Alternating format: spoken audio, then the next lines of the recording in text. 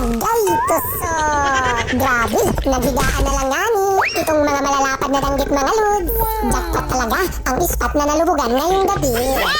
Ikas ko pa uli dahil mayroon pang isang nakahilata nandito lang sa gilid ng malapad na koral. Agay, tusok! Grabe, sa isang lubog pa lang mga lods, nakatriplets na agad ngani. Isang uri ito ng danggit na tinatawag namang the best dito sa isla namin. Mga lods, sobrang ganda naman nitong napakalaking bato sa ating harapan. Punong-puno din kasi ng mga makukulay na coral. Kaya naman malamang sa malamang makakahanap tayo ngayon dito ng masarap na pang-ulam. Mga lods, ako ay kinakabahan na ngani. Baka biglang may bumulaga na mamahaling isda. Panigurado, ako ay matutuwa. Hala, mga lods, mayroon na nga akong nakita. Napakagaling mag-blend sa kulay ng coral. Wala pa rin kamalay-malay na uulamin na siya mamaya. Agay, tusok! Ano, nakikita niyo naman mga lods, malaking lapu-lapu ito, espesyal at mamahalin ngani. Kaya naman, ang mahiwagang swat out mula dito sa Sikat TV ay para sa'yo, Idol Lenny Magdahong, watching from Hong Kong. Mga lods, ang bilis ko makabalik ngani. Grabe, masagana talaga ngayon sa pang-ulam dito sa kailaliman ng mundo. Agay, tusok! Hala, malaking timbungan pala ito.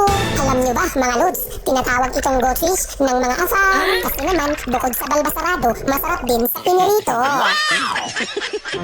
Mga lods, sisid ng sisid lang tayo hanggat may dagat. Kailangan kasing sulitin dahil mahal ang gasolina papunta dito sa spot. Ang galing talaga, may nakasilong na naman sa malaking bato na nasa harap natin.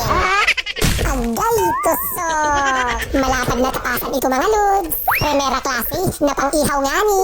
At pag ito ang uulamin mo, maghanda na agad ng extra kanin. Kaya naman, ang extra swat out mula dito sa Sikat TV ay para sa'yo, Idol Edgar Colambot from Dimasalang, Masbate.